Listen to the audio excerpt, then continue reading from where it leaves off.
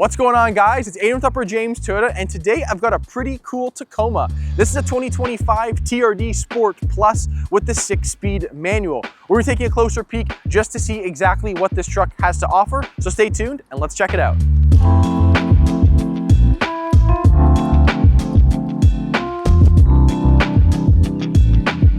If you guys are in the market for a new or used vehicle, do not forget to click the link in the top of our description. Now, talking this Tacoma, I have done a few different videos on this channel so far with the old generation versus the new generation, but never once have I had the fully loaded 6-speed manual. Now, they do share the same powertrain. So a 2.4 turbo 4-cylinder, the automatic side makes 278 horsepower. This manual makes 270, paired with 310 pound-feet of torque. Now, I think it's a really cool option that Toyota still offers the Tacoma in a 6-speed manual. And I think that some of those more off-road focused, clients definitely want this vehicle, especially in the manual, because I think it's pretty unique that this vehicle, being a 2025 and a pickup truck, is still offered with that 6-speed option. Now, a couple things up front that I'm not going to be the biggest fan of on Toyota's side. Number one is going to be this massive spoiler on your front. Now, this is going to be something that Toyota is going to claim obviously adds more, airflow underneath the vehicle, improving fuel efficiency. However, I've mentioned this before in a prior video, I just don't understand how this massive piece of plastic, with these two little cutouts for obviously airflow to go under, will improve fuel efficiency. I feel like that would obviously add a bit more drag onto the vehicle and, cause the vehicle to consume more gas. But, what am I to say? I'm not a technician, I'm not an engineer, I'm just someone who sells the vehicles and reviews them for our channel. Now, up front, like I mentioned before, I think Toyota has done a phenomenal job to style the new generation Tacoma, because my goodness, the Tacoma needed a huge refresh inside and out. I do love how specifically on this model, you do have your hood scoop. Now, obviously that's offered on specific, gas or hybrid models for the new generation Tacoma. And I think this being a fully loaded version, I do like the fact that this is equipped with this, on the outside. But it's pretty interesting with, some of the interior options Toyota did decide to go with. So stay tuned a little bit later in that video to check that out. Now, a couple things specific to the TRD Sport Plus, which are a little bit different, say, on the regular TRD off-road, which is the other variant of this vehicle you can get in the manual, is going to be down below.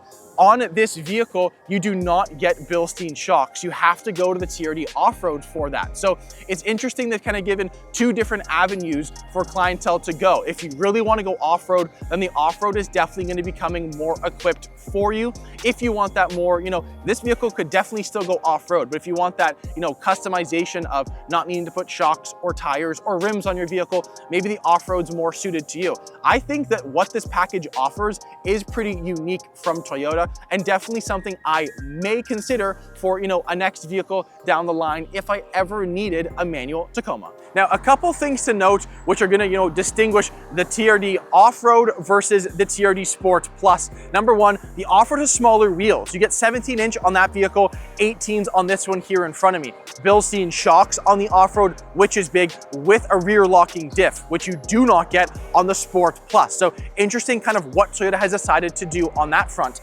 The one interesting thing too that I definitely want to note is that the manual is only offered with the 5-foot bed configuration. You could get the prior generation with a 6-foot bed and a manual. You can no longer get that onto this vehicle here in front of us. Now, with that being said, a couple things I really did love about, say, the fully loaded, premium version of the automatic for this generation is it obviously had that easy access tailgate. This one no longer has that. So you have to obviously pull the lever, this will obviously fall down for you, which again is super, super lightweight. So loading stuff in is very easy to do so.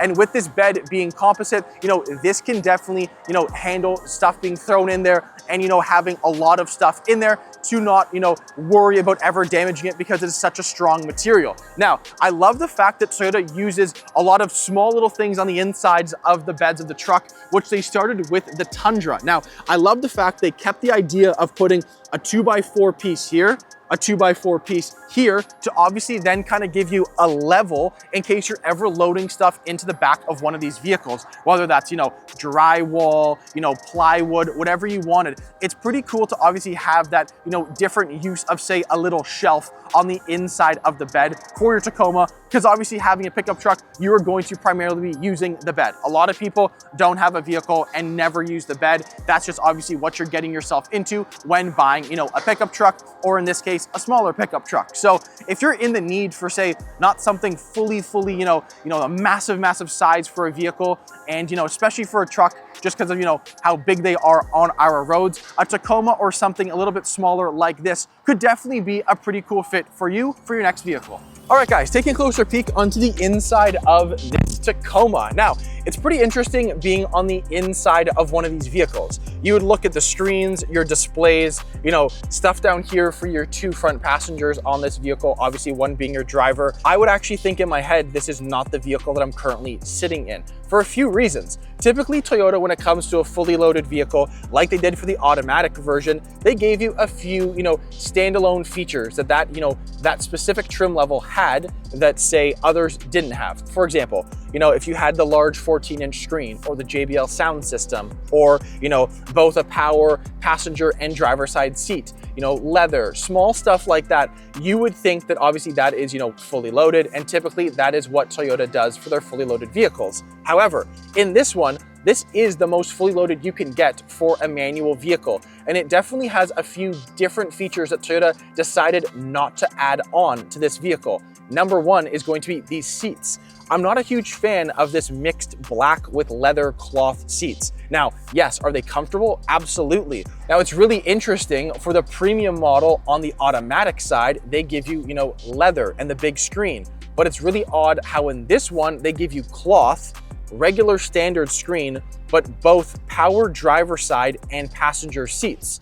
They don't give you dual zone climate control, only one zone. You get dual on the auto version, but on this one, you only have the one. It's really interesting that they offer your JBL pop-up speaker with obviously your JBL sound system on this vehicle, but there's no leather that goes, with it, which I just find interesting, why they decided to, add that on this package, but miss a few features and the convenience and comfort features that customers would assume that this vehicle would have. So very interesting call that Toyota did on that front. Now, I've done a few videos before with our vehicles having something called an IMT system, or our intelligent manual transmission, which obviously auto revs basically the engine for you to transmission speed to make shifts a bit easier. And the fun thing is, obviously, if you've seen prior videos of ours before, you will know that I drive manual. So it's funny getting into one of these before, because you look at how long these throws are, and it definitely feels a little bit different than my current daily driver. But it is a really unique driving experience, and I don't know how else to explain that. I don't have a whole lot of customers inquiring about a manual Tacoma. I have a few customers that are currently in one, and it's pretty unique when they do arrive, because it's such a niche market for someone wanting a vehicle at this size, but then obviously looking to get something that is manual over automatic. I still think it's pretty cool that Toyota offers that as a manufacturer, because I know a lot of manufacturers are staying away from manual, and I think there is such a market for that, especially in Canada. So pretty cool that Toyota is still offering that.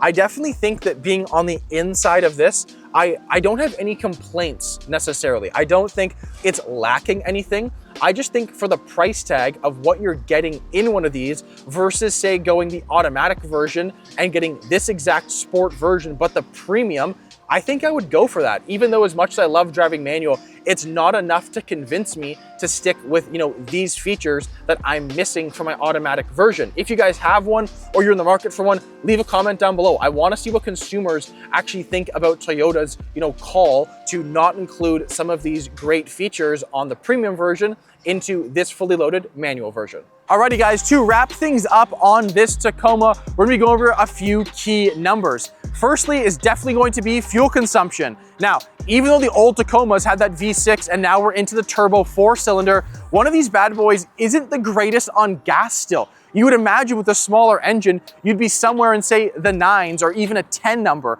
But unfortunately, even the automatic comes in at 11.2 combined between highway and city driving, but this manual is a little bit higher than that one, and it's gonna be coming in at 11.4 liters per 100 on this vehicle. So really interesting that even though that smaller engine doesn't make up a whole lot on your fuel consumption side. And to wrap things up on your MSRP side, this vehicle comes in at $53,548. Obviously adding freight, PDI, subtotal of taxes, dealer charges, and licensing fees, but that's the buck you are paying in 2025 to get behind the fully loaded manual version. Now, if you guys did like this video, please don't forget to hit like and subscribe so you don't miss any more of our future Toyota related content, and I'll check you guys out in the next video.